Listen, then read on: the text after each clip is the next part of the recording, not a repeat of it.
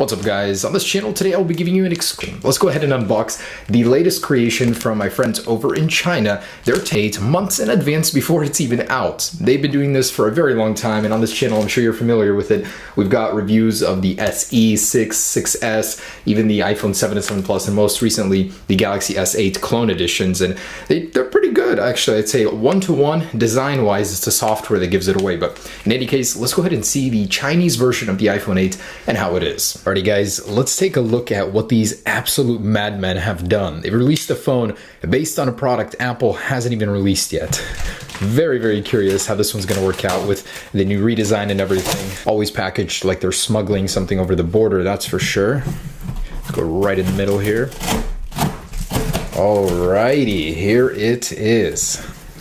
Ooh, nice. Product red iPhone 8. They even included a screen protector for a 4.7-inch iPhone. All right, a little pointless there. And here it is. Take a look at that, guys. Wow, I gotta give them props for the well-made packaging, that's for sure. It looks very good. The text is pretty similar. It's using the new San Francisco font. They're really nailing down these little details that give away a fake iPhone. Wow, if you look closely, iPhone 8 in red, 128 gigabytes, designed by Apple in California. Even a model number that I don't believe belongs to anything. Current ones start with a 5, A15. And oh man, this is where the details start faltering. Look at that. It's sideways a little bit. Apple would never do that, and it's cut off. But iPhone 8, AirPods with remote and mic, lightning to USB cable. Cool. All right, so there is the red one. I gotta say, it looks very good. I like the packaging, they did well. Now I have another color here too I'm gonna unbox. Let's take a look at these. I believe there's a gold one in here and a silver, I think.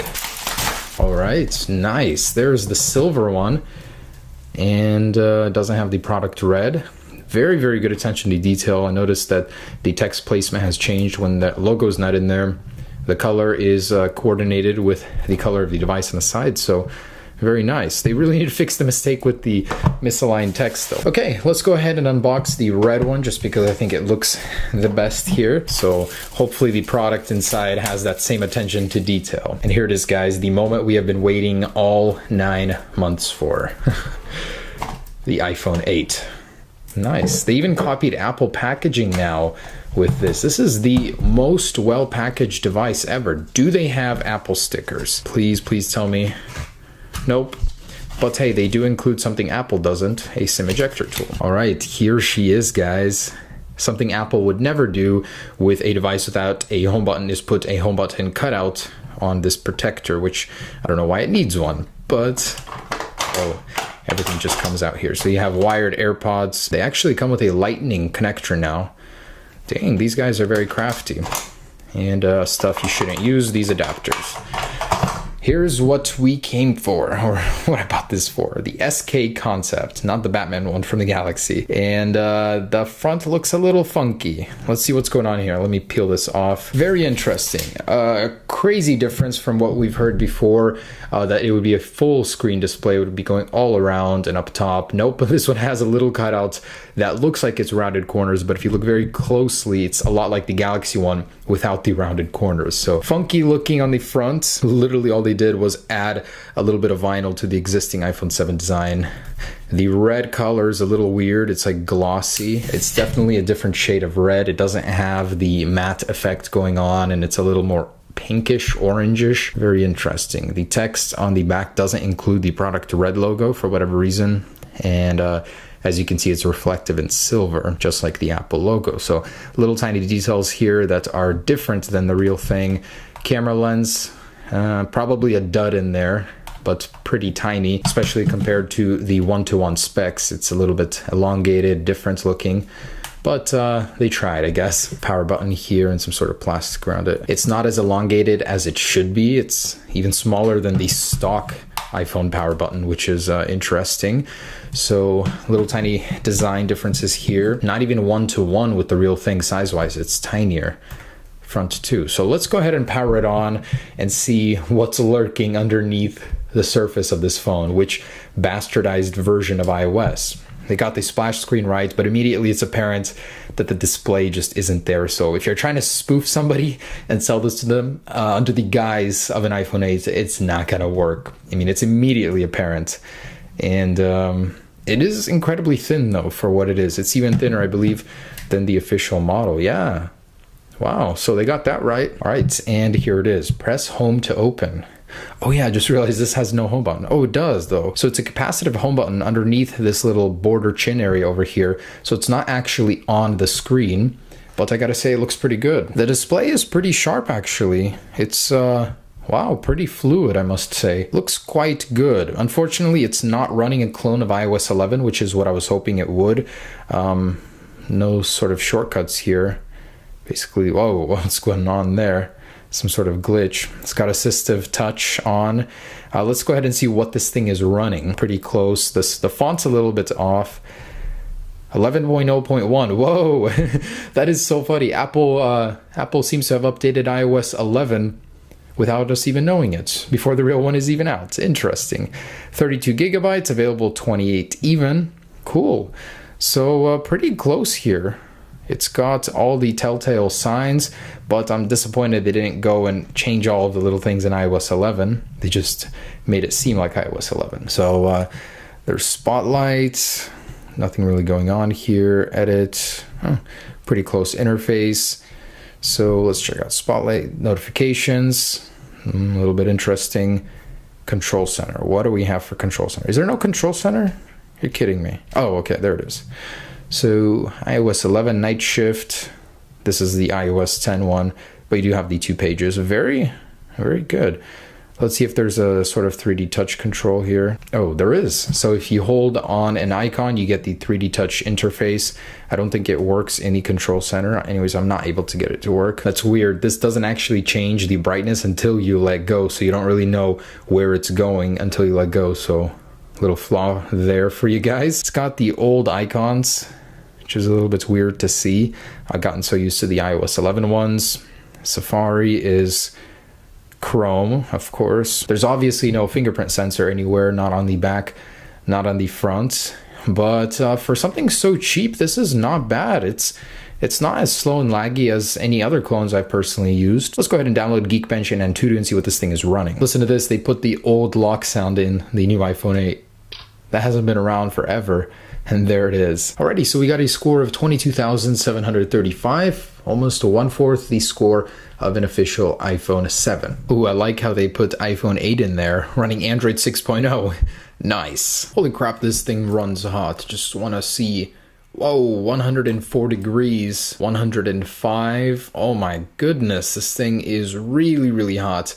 The Geekbench sure is pushing it to its limits here. 105 degrees in your hand. Jeez, I had no idea modern smartphones go this low. 1,184 multi-core score with a 379 single-core score. What in the world?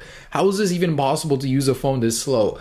But this is the iPhone 7. So thank goodness finding solace in that 5,913 multi-core score. Amazing. Anyways, guys, that is ridiculously slow. So performance-wise, the UI is pretty responsive. I'd have to say, like, they nailed that part down. It looks good. I wish they copied the iOS 11 style, but let's go ahead and test out that vertical camera. There must be so many improvements. I mean, Apple has completely taken the camera and swapped it sideways. This must mean good things for the camera quality. Let's go ahead and test it out. They did scam you on one thing, though. You can't actually change the video quality or any of those. It's just a placeholder. So 1080p 30 frames per second it is, I guess. Guys, I'm truly sure you're not ready for vertical lens camera video, so try not to be too shaken right now. But this is the next generation of video on its side. So 1080p, let's get a little stability test in here. Looks pretty decent, I must say, on this display, that is, because it's so low resolution. I'm a little scared to see it on the computer. Lots of greenery. Day after July 4th. Thank goodness nothing caught fire. So, oh guys, careful. Get a little bit of low light in here. Some guy, oh damn, right on the camera. I guess it looks like a worm to them or something. It's a little bit longer now. The close-up focus is pretty bad. Like, it takes forever to focus. It looks pretty shaky to me. I think it is better quality than the iPhone 7 clone video. I mean, that one was just awful. Alright, so let's try this camera out. Look at that resolution. Hey, little birdie! Try out the zoom. Look at those pixels. So, there it is, guys. Video for you. Let's get some slow-mo as well. And I kid you not, guys. This is the footage it spat back out at me after recording slow-mo in supposed 240 frames per second. Nice. Truly an awful camera on this thing. Alright, boys. Last thing remains is to see, is the vertical camera real or is it a dud? Alrighty, so let's go ahead and get in here. They do use the pentalobe screws. The past is any indication, this thing should be very simple to take apart, even with that more advanced rounded display. Probably should turn it off before doing this. Whoa, what? There was like no struggle, it just pulled right off. Okay, so you've got a ribbon cable separating the display. I'm gonna go ahead and unplug it. But that's crazy how simple that was to take apart. Unplug.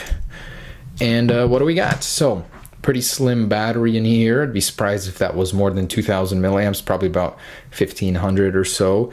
You do have a pretty complex inside. I gotta say this is one of the most complex after the Galaxy S8s. The old ones were pretty basic. We can see that the camera is right here, the sensor for it.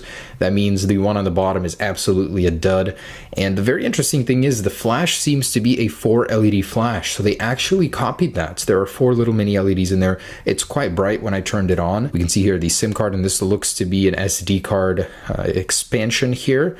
So pretty nice. Let's go ahead and test the speaker. I'm actually curious to see how that sounds, but it looks good. Actually machined aluminum here, as you can see in the back. So this is for sure plastic, just a little plastic layer there.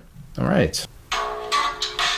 Oh man, that is pretty bad. That's terrible. It peaks. The music player though looks pretty similar to iOS's, so that's bad. Check out Siri on this thing. It's a really crappy version called Evi.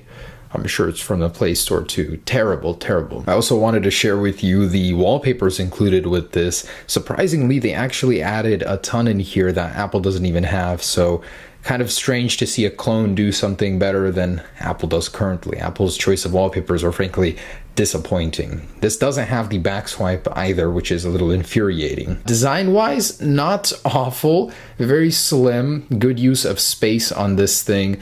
I like that they tried. Software could definitely use a big workover. If they picked up the specs a little bit, made it a little bit faster, I think it would have been better. But overall, not bad. A quick look at the iPhone 8 China edition before it has even been released. So just wanted to say, don't buy this thing unless you really want to burn through $100 or so. You can find them all over the internet already, as they are for sale now. Just thought it was an interesting thing before the actual release. Of course, the real one, guys, is going to be so much better. It's going to have a much more legit looking camera that will actually function, a glass back, wireless charging, very nice power button, possibly Touch ID in there, a huge full screen display, the little sensor area up there. And it's going to be awesome, guys. Much better than this. Don't think that this thing has anything to do with the real one. It is a clone. So thanks so much for watching, guys. Stay tuned for upcoming iPhone 8 updates. All right, peace.